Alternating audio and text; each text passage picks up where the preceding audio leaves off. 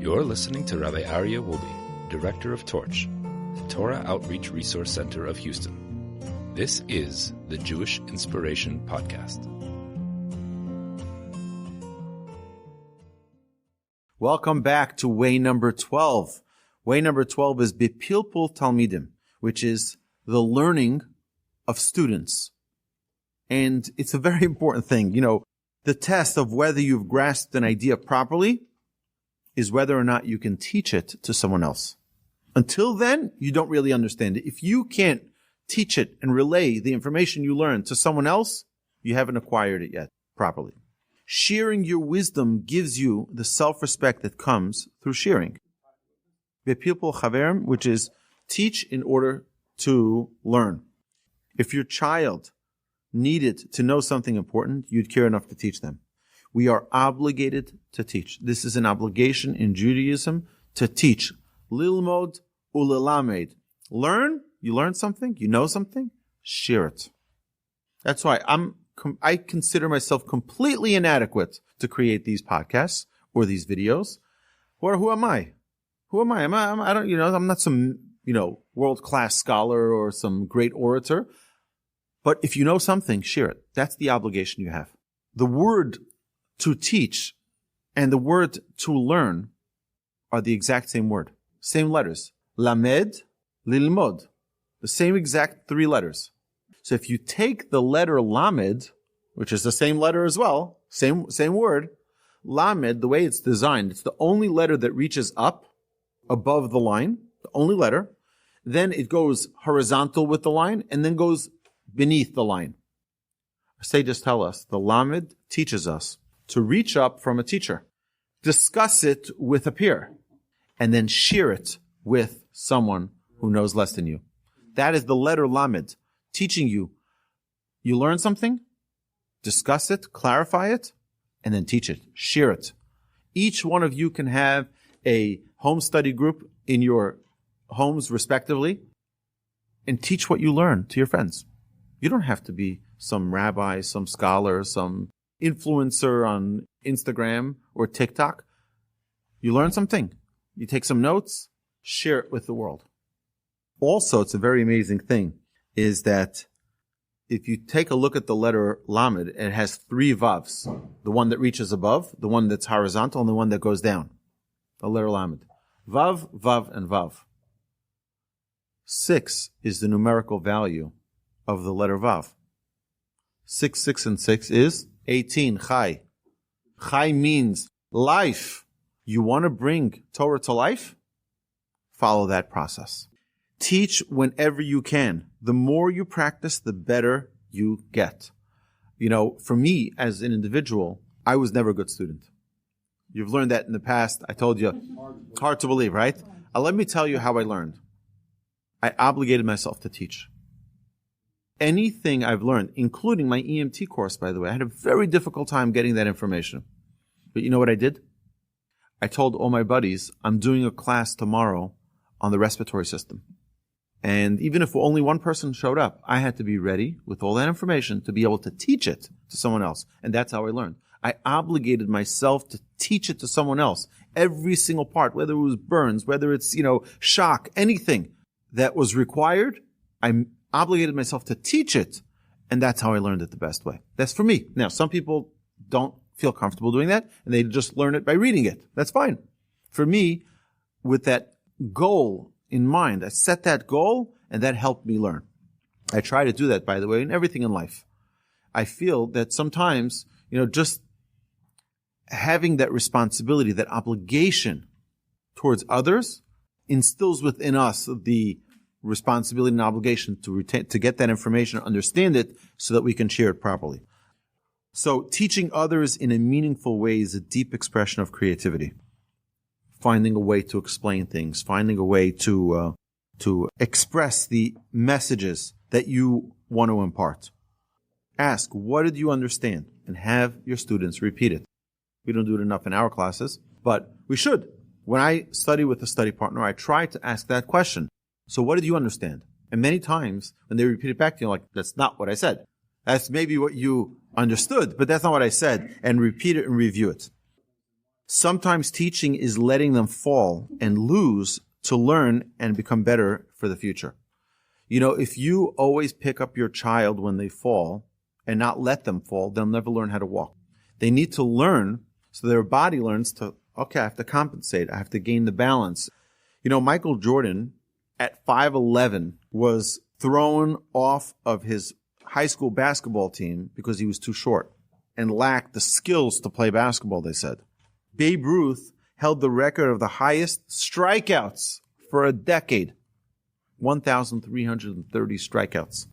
On being asked about his strikeouts, he said, every strike brings me closer to the next home run. And he was the third highest home run record in all baseball history.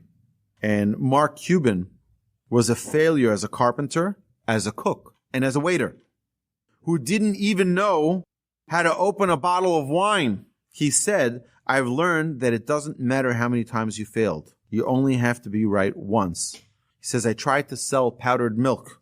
I was an idiot a lot of times, and I learned from all of them. Took every failure and learned from it. And you know what? I guarantee you that he still fails. But if a person isn't open-minded enough to make failure your friend, learn from those experiences. John Wooden said, winners make the most errors, but the reason they win is because they never quit. Students make you honest with yourself. I remember a friend of mine who's a very prominent lecturer in the Jewish speaking circuit. He told me that one of the leading rabbis asked him, he says, do you even believe the words you say? Do you even? And he said it was an eye-opening question because he realized I need to do a lot more work to make this real in my own life. Saying nice words and saying impactful stories isn't enough. You have to actually live it and believe it in order for it to be impactful for your students. If you have a piece of wisdom, there's a moral obligation to share it. I was once interviewed on a radio program, and they asked me a question. I said, that's a great question. I don't know. And there was deafening silence. Deafening silence on the airwaves. I don't think they've ever heard someone say, I don't know. You ever see someone on television talking, all these talking heads on television? Did you ever hear anyone say, I don't know? I don't know. In fact, the Talmud says, I don't know is a sign of wisdom. You want to know who's wise? Someone who can say, I don't know. Teaching others contributes to the betterment of the world. Don't bore your audience. If it's not interesting for you, why should it be interesting for them? I've been asked many times by rabbis in training. I've done a course for about 12 or 13 years for rabbis in Israel who are about to go out to the world and teach. And they always ask me one question every single time. What should I teach people? What should I teach people? I come to Houston, Texas. I'm a new rabbi. What should I learn with people? You know what my answer is?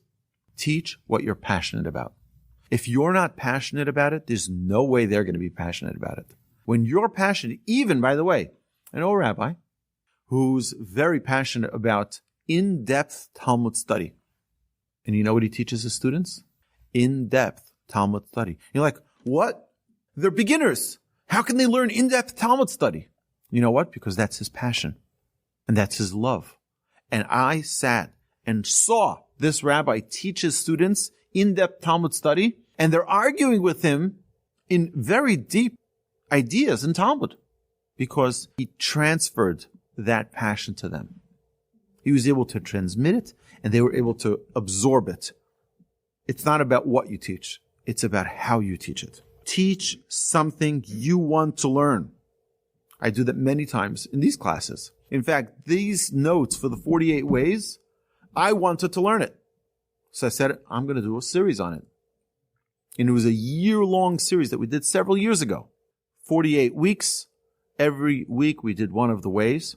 And that's how this whole book came about. It was tremendous work putting down those hours and hours of preparation to hopefully acquire these traits. A person needs to ask questions. Never discourage, we mentioned this previously, never discourage the why of children. There's an age where the children are asking why about everything. Why? Never say, can you stop asking why? Never say that. Encourage them. Great question. Let me give you an answer. And if you don't know the answer, Find out the answer.